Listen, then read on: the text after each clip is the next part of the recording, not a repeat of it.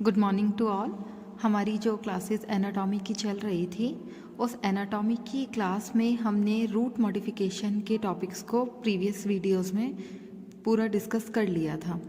आज की क्लास में हम बात कर रहे हैं कि जो प्राइमरी रूट और सेकेंडरी रूट्स होती हैं, या जो हमारी रूट्स है, पर्टिकुलर रूट्स के कॉन्टेक्स्ट में हम बात कर रहे हैं कि रूट का इंटरनल स्ट्रक्चर मोनोकॉट्स में किस तरीके का होता है और डाइकॉट्स प्लांट के अंदर हमें किस तरीके का वेरिएशन देखने को मिलता है। इसके साथ ही रूट्स की प्राइमरी ग्रोथ किस तरीके से होती है और उसका सेकेंडरी ग्रोथ किस तरीके से होता है। आपको अच्छे से पता है कि जब भी हम सेकेंडरी ग्रोथ की बात करते हैं तो हम कैम्बियम के बिहाफ पर, कैम्बियम की प्रेजेंस के बिहाव पर ही हम बात कर सकते हैं कि अगर वेस्कुलर बंडल्स में और इसका जो आउटर कॉर्टेक्स रीजन है वहाँ पर कैम्बियम प्रेजेंट होता है तो वो सेकेंडरी ग्रोथ को शो करता है। टोटली कैम्बियम की प्रेजेंस जो है वो सेकेंडरी ग्रोथ को बताती है। अभी आज की क्लास में हम बात कर रहे हैं इंटरनल स्ट्रक्चर ऑफ रूट, यानी जड़ की आंतरिक संरचना किस तरीके की होती है, हम उस टॉपिक पर बात कर रहे हैं। देखते हैं। देखिए, जब इंटरनल स्ट्रक्चर की बात करते हैं तो कुछ जनरल कैरेक्टर्स हैं जो कि इसके इंटरनल स्ट्रक्चर को डिस्क्राइब करते हैं, बताते हैं कि उसकी आंतरिक संरचना किस तरीके की होती है। सबसे पहले outer most layer of root is called epiblema. ये एक नया वर्ड है आप लोगों के लिए कि जो रूट है उस रूट की आउटर स्ट्रक्चर, जो आउटर वॉल होती है, उस आउटर वॉल को हम क्या कहते हैं, एपिब्लेमा कहते हैं। और यही अगर स्टेम का टीएस होता है तो उसमें आउटर वॉल को क्या कहा जाता है, एपिडर्मिस कहा जाता है। तो outer most layer of root is called epiblema और हेयरी लेयर। रूट का जो स्ट्रक्चर हमने आपको बताया था, उस रूट के स्ट्रक्चर में रूट हेयर्स की प्रेजेंस जो थी वो थी। तो यहाँ पर कुछ पार्ट पर जो कि इसका मैचुरेशन वाला पार्ट होता है वहाँ पर रूट हेयर प्रेजेंट होते हैं। तो ये रूट हेयर्स का ही लेयर है और उसे हम हेयरी लेयर्स या फिर एपिब्लेमा कहते हैं। इसके साथ अगर हम बोलें कि यदि आपने लैब में रूट पार्ट और स्टेम पार्ट का टीएस सेक्शन कट किया, और टीएस सेक्शन जब आपने कट किया है और कटिंग के टाइमिंग पर वो दोनों सेक्शन जो थे वो मिक्स हो गए, तो आप कैसे आइडेंटिफाई करेंगे कि कौन सा स्टेम का है और कौन सा रूट पार्ट का है।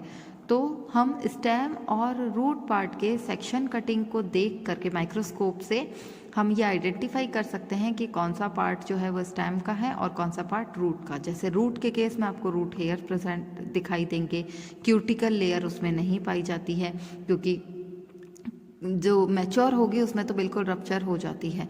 इसके साथ ही वहाँ पर जो रूट वाला पार्ट है उसके अंदर स्टोमेटा प्रेजेंट नहीं होते हैं, स्टोमेटा भी नहीं पाए जाते हैं। तो उसके साथ वेस्कुलर बंडल्स और ये सारी चीज़ें तो आपको स्टेम के सेक्शन में भी दिखाई देगी। जो बेसिक डिफरेंस है वो रूट हेयर का है और रूट हेयर के साथ क्यूटिकल और स्टोमेटा का रीज़न है, जो कि रूट के केस में एब्सेंट होता है और स्टेम के केस में वो प्रेजेंट होता है। प्रेजेंस ऑफ रूट हेयर, अभी हमने आपको बताया कि रूट के सेक्शन को हम कैसे आइडेंटिफाई कर पाते हैं, प्रेजेंस ऑफ रूट हेयर के बिहाफ पर हम आइडेंटिफाई कर पाते हैं। जड़ में, जड़ के ऊपर मूल रोम पाए जाते हैं जिसे हम हेयर रूट्स कहते हैं। इसके साथ cuticle and stomata are absent in that region. Stomata part जो होता है वो गैसेस एक्सचेंजिंग करने के लिए और उसके साथ ही फोटोसिंथेटिक एक्टिविटीज़ में हेल्प करता है। पोर्स के, स्टोमेटा के ओपन और क्लोजिंग के लिए हेल्प करता है।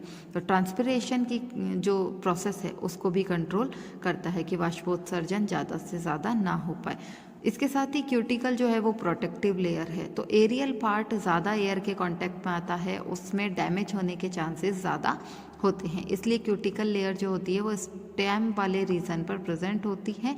रूट वाले रीजन पर क्यूटिकल का लेयर नहीं पाया जाता, क्योंकि अगर क्यूटिकल प्रेजेंट होगी तो वो एक प्रोटेक्टिव लेयर है और उसको ईजीली उसको क्लीन नहीं किया जा सकता, उसको रिमूव नहीं किया जा सकता। तो क्योंकि वो पूरे प्लांट का जो स्टेम है उसको प्रोटेक्ट करने का काम करती है, इसका मतलब वो एक थिक लेयर होती है। और अगर इस तरीके से थिक लेयर रूट के केस में प्रेजेंट होगी तो जो रूट का मेन फंक्शन है वाटर एब्जॉर्ब करने का, तो वो वाटर को एब्जॉर्ब ही नहीं कर पाएगा। जो मिनरल्स का वो ट्रांसपोर्टेशन करते हैं, ट्रांसपोर्टेशन, वो उसमें भी हेल्प नहीं कर पाएगा अगर क्यूटिकल प्रेजेंट होगा। क्यूटिकल एंड स्टोमेटा जो है वो एब्सेंट होती है। Undifferentiated and parenchymatous cells are present in cortex region. जो रूट का मेन फंक्शन होता है वो वाटर और मिनरल्स को एब्जॉर्व करने का काम करती है, और यहाँ पर अनडिफरेंशिएटेड अविभेदित और पैरेनकाइमेटस, और जो पैरेनकाइमेटस टिश्यूज होते हैं वो डिवीजन करते रहते हैं, कंटिन्यूस डिवीजन करते हैं, जिसके कारण प्लांट जो है वो लिविंग फॉर्म में ही रह पाता। अगर यही डेड में कन्वर्ट हो गया, इसका मतलब है कि यहाँ पर किसी चीज़ का डिपोजिशन हो गया, जैसे स्क्लेरेनकाइमेटस डिपोजिशन हो गया है, तो वहाँ पर उस केस में, रूट के केस में अगर इस तरीके का डिपोजिशन होगा तो वो सारा डेड टिश्यू में कन्वर्ट हो जाता है, और डेड पार्ट होगा, इसका मतलब कि वो वाटर जो एब्जॉर्ब करेगा वो आगे तक ट्रांसपोर्टेशन नहीं कर पाएगा। इसीलिए यहाँ पर अविभेदित कोशिकाएं पाई जाती हैं। अनडिफरेंशिएटेड कोशिका मतलब लगातार विभाजन करने वाली, उसके साथ पैरेनकाइमेटस मतलब मृदु तक सॉफ्ट टिश्यू जो है वो यहाँ पर प्रेजेंट होते हैं, और कॉर्टेक्स रीजन पर प्रेजेंट है। इसका मतलब है कि जो इसका कॉर्टेक्स पार्ट है उसमें पैरेनकाइमेटस टिश्यू प्रेजेंट होता है और वो स्टोरेज का काम करते हैं। वहाँ पर कोई ना कोई फूड मटेरियल जो होगा वो स्टोर रहता है। Then well developed pericycle and endodermis are present. जो इसका वेस्कुलर बंडल्स है या वेस्कुलर रीजन जो है वहाँ पर पेरीसाइकिल भी पाई जाती है और एंडोडर्मिस भी प्रेजेंट होती है। एंडोडर्मिस का स्पेशल केस कि यहाँ पर एंडोडर्मिस जो होती है वो इस तरीके की बैरल शेप स्ट्रक्चर में अरेंज्ड होती है। इसके साथ पेरीसाइकिल की प्रेजेंस यहाँ पर रिस्पॉन्सिबल होती है लेटरल रूट के फॉर्मेशन के लिए। तो कई बार ये क्वेश्चन भी पूछा जाता है कि लेटरल रूट का डेवलपमेंट किससे होता है, तो pericycle is responsible for development of lateral root.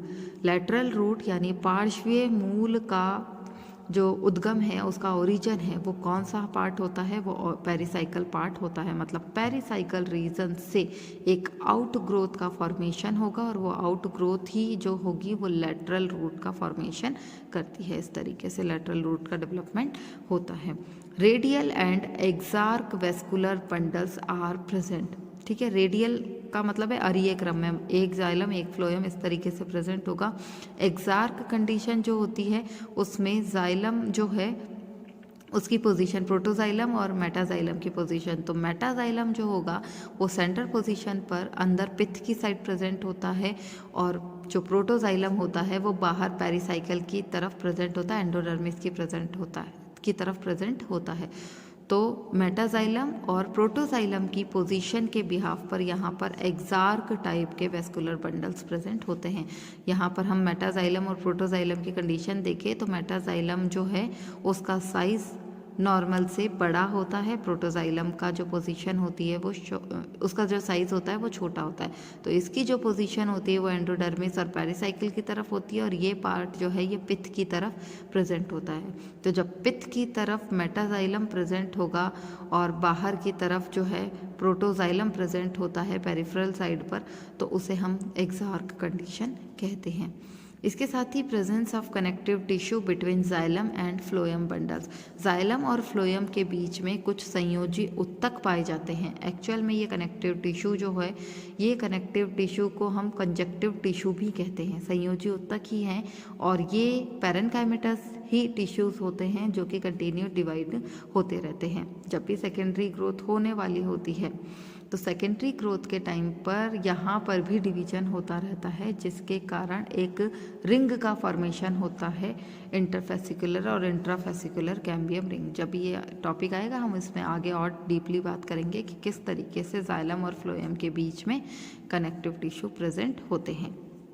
इसके साथ ही हम जब इंटरनल स्ट्रक्चर की बात कर रहे हैं तो मोनोकॉट्स के केस में इंटरनल स्ट्रक्चर में आपको क्या वेरिएशन देखने को मिलेंगे, और डाइकॉट्स के केस में क्या वेरिएशन देखने को मिलते हैं, हम उस टॉपिक पर भी बात करते हैं। सबसे पहले हम बात कर रहे हैं कि जो प्राइमरी ग्रोथ हो रही है प्लांट की, उस प्राइमरी ग्रोथ में मोनोकॉट्स के केस में किस तरीके का डिवीजन आपको देखने को मिलेगा, टिश्यूज़ का अरेंजमेंट किस तरीके का मिलता है। तो मोनोकॉट रूट्स में हमने जो एग्जाम्पल लिया है वो है जियामेज। जियामेज का एग्जाम्पल के बिहाफ पर हम रूट के इंटरनल स्ट्रक्चर को बता रहे हैं। देखिए, सबसे आउटर लेयर जो होती है, क्योंकि क्यूटिकल तो एब्सेंट है, सबसे आउटर मोस्ट लेयर को हम क्या कहते हैं, एपीब्लेमा कहते हैं। इसके साथ ही प्रेजेंस ऑफ रूट हेयर, ये जो स्ट्रक्चर आपको दिखाई दे रही है that is root hairs present होते हैं, रूट हेयर यहाँ पर प्रेजेंट होते हैं। तो रूट हेयर प्रेजेंट हो गया आउटर मोस्ट रीजन पर। देन एपिब्लेमा प्रेजेंट है। एपिब्लेमा के जस्ट नीचे वाली जो लेयर होती है, ये तो हमारा रूट हेयर वाला पोजीशन है, ये वाला लेयर। इसके साथ ही जिस पार्ट से आपको कुछ सेल का साइज बड़ा दिख रहा है जहाँ से रूट हेयर का डेवलपमेंट हुआ है, तो जिन सेल से रूट हेयर का डेवलपमेंट होता है एपिडर्मल टिश्यू की लेयर, इसे हम कहते हैं trichoblast. Trichoblast is responsible for development of root hair. Then ये पैरेनकाइमेटस टिश्यूज हैं, ये पैरेनकाइमेटस टिश्यूज हैं, और यहाँ से लेकर के यहाँ तक टोटल 6 to 8 लेयर्स जो होती हैं वो पैरेनकाइमेटस टिश्यूज की होती हैं, और वो मिलकर के बनाती है कॉर्टेक्स रीजन। आपको कॉर्टेक्स रीजन ये स्टोरेज पार्ट होता है जहाँ पर स्टोरेज होता है। तो वो स्टार्च पार्ट जो है वो स्टोर रहता है, जो रिजर्व फूड मटेरियल है वो स्टोर रहता है in the form of starch. तो ये कॉर्टेक्स रीजन जो है वो पैरेनकाइमेटस की टिश्यूज़ के अरेंजमेंट से बना होता है, और कितनी लेयर्स में प्रेजेंट होता है, 6 to 8 लेयर्स के अंदर ये प्रेजेंट होता है। इट मीन्स यहाँ से लेकर के यहाँ तक सारा ही पैरेनकाइमेटस टिश्यूज़ अरेंज्ड होगा। पैरेनकाइमेटस टिश्यूज़ को हम कैसे आइडेंटिफाई करते हैं कि कुछ सेल्स जो होती हैं वो इस तरीके से अरेंज होती है कि उनके बीच बीच में इंटरसेलुलर स्पेस पाया जाता है, और साथ ही सॉफ्ट टिश्यू की सेल्स होती हैं, थिन लेयर होती हैं, इंटरसेलुलर स्पेस जो है वो प्रेजेंट होता है। ये सारे स्पेशल कैरेक्टर पैरेनकाइमेटस टिश्यूज़ में पाए जाते हैं। देन यहाँ पर तो था ये हमारा आउटर रीजन था। देन ये हमारा स्टीलर पार्ट है। स्टीलर पार्ट के अंदर हम क्या क्या इंक्लूड करते हैं, तो स्टीलर पार्ट में इंक्लूड करते हैं endodermis part, endodermis, then pericycle, pericycle के बाद में हमारे वेस्कुलर बंडल्स, जिस वेस्कुलर बंडल्स में हम बात करेंगे जाइलम की और फ्लोएम रीजन की। इसके साथ ही पिथ प्रेजेंट होता है। तो ये चारों जो है ये हमारा स्टीलर पार्ट का डेवलपमेंट करते हैं। इसमें सबसे आउटर मोस्ट लेयर जिसमें बैरल शेप स्ट्रक्चर आपको दिखाई दे रही है वो किसकी होगी, सिंगल लेयर एंडोडर्मिस की प्रेजेंट होती है। ये ब्लैक कलर की स्ट्रक्चर जो आपको सिंगल लेयर में दिखाई दे रही है ये हमारी पेरिसाइकिल की लेयर है। तो सिंगल लेयर एंडोडर्मिस की प्रेजेंट होती है, सिंगल लेयर ही पेरिसाइकिल की प्रेजेंट होती है। ये जो रेड कलर की स्ट्रक्चर आपको दिखाई दे रही है जिसमें टिश्यूज़ आगे की तरफ थोड़ा सा साइज में बड़ा है और पीछे की तरफ थोड़ा सा छोटा, तो ये हमारा जाइलम पार्ट है। और जाइलम जो है वो 2 पार्ट्स में डिवाइड है, डिफरेंशिएटेड जाइलम है। एक है हमारा प्रोटोजाइलम और दूसरा है मेटाजाइलम। तो जो पेरिफेरल पोजीशन पर है यानी पेरिसाइकिल और एंडोडर्मिस की तरफ वो हमारा प्रोटोजाइलम है। इसी के साथ जिसका साइज बड़ा है वो पार्ट हमारा जो कि पिथ रीजन पर प्रेजेंट है वो हमारा मेटाजाइलम रीजन है। तो कुल मिलाकर के जाइलम और जो जाइलम है वो प्रोटोजाइलम और मेटाजाइलम में डिफरेंशिएटेड है। मेटाजाइलम सेंटर पोजीशन पर और जो पेरिफेरल पोजीशन है उस पर प्रोटोजाइलम प्रेजेंट होता है। देख जाइलम प्रेजेंट है 2 जाइलम के बीच में, यहाँ पर ये 2 जाइलम का जो लेयर्स है इनके बीच में आपको ब्लैक कलर की ये स्ट्रक्चर दिखाई दे रही है, this one, this is called phloem. इसका मतलब है कि जो हमारा फ्लोएम रीजन है उस फ्लोएम रीजन की पोजीशन 2 जाइलम के बीच में, या हम ये कह सकते हैं एक जाइलम एक फ्लोएम, एक जाइलम एक फ्लोएम अल्टरनेट पोजीशन पर प्रेजेंट होता है। और रूट का स्पेशल केस यही है कि यहाँ पर वेस्कुलर बंडल्स का अरेंजमेंट जो होता है वो रेडियल होता है, अरीय क्रम में पाए जाते हैं। रेडियल पाया जाएगा, एक जाइलम की प्रेजेंस होगी, देन एक फ्लोएम प्रेजेंट होता है। जाइलम और फ्लोएम प्रेजेंट हो गया। अब इनके बीच में सेंटर पोजीशन पर भी आपको सारा पैरेनकाइमेटस टिश्यूज दिखाई दे रहा है और यहाँ पर भी सारा पैरेनकाइमेटस टिश्यूज प्रेजेंट है। तो जाइलम और फ्लोएम के बीच वाला जो पैरेनकाइमेटस टिश्यूज होता है इसे ही हम कंजक्टिव टिश्यू या कनेक्टिव टिश्यू भी कहते हैं। तो ये हमारा कनेक्टिव टिश्यू और कंजक्टिव टिश्यू है। इसके साथ ही कनेक्टिव टिश्यू और कंजक्टिव टिश्यू और साथ ही एंडोडर्मिस की कुछ लेयर्स जो होती है, एंडोडर्मिस की लेयर्स, एक्चुअल में एंडोडर्मिस की लेयर्स ही हैं वो जो आगे चल करके पैसेज सेल का डेवलपमेंट करती हैं। ये बनाएगी आगे पैसेज सेल। इसके बाद में कनेक्टिव टिश्यू और कंजक्टिव टिश्यू के साथ ही पैरेनकाइमेटस जो सेंटर पार्ट पर प्रेजेंट होता है वो आगे निर्माण करता है पित्त रीजन का या मज्जा भाग का। तो कुल मिलाकर के यहाँ पर जो आपको पोजीशन देखने को मिलेगी, एक तो रेडियल फॉर्म देखने को मिलेगी। तो रेडियल फॉर्म इसका रूट का स्पेशल केस होता है मोनोकॉट्स के केस में, और रेडियल के साथ ही यहाँ पर एक्सार्क कंडीशन पाई जाती है। एक्सार्क का मतलब है कि प्रोटोजाइलम पेरिफेरल पोजीशन पर, मेटाजाइलम सेंट्रल पोजीशन पर प्रेजेंट होता है। तो ये था इसका मोनोकॉट्स में इंटरनल स्ट्रक्चर ऑफ रूट की किस तरीके की संरचना रूट के केस में देखने को मिलती है। कल की क्लास में हम इसका डिस्क्रिप्शन आपको बताएंगे कि आपको जब भी मोनोकॉट्स के रूट को डिस्क्राइब करना है और डाइकॉट्स के रूट को डिस्क्राइब करना है तो आप किस फॉर्म में डिस्क्राइब करेंगे। आपको पहले स्टार्टिंग में 1 और 2 पॉइंट्स में क्या लिखना है, देन उसके बाद डायग्राम ड्रॉ करने के बाद में आपको किस तरीके से कंटेंट को लिखना है, वो हम कल की क्लास में डिस्कस करेंगे। आज की क्लास के लिए इतना ही। Thank you.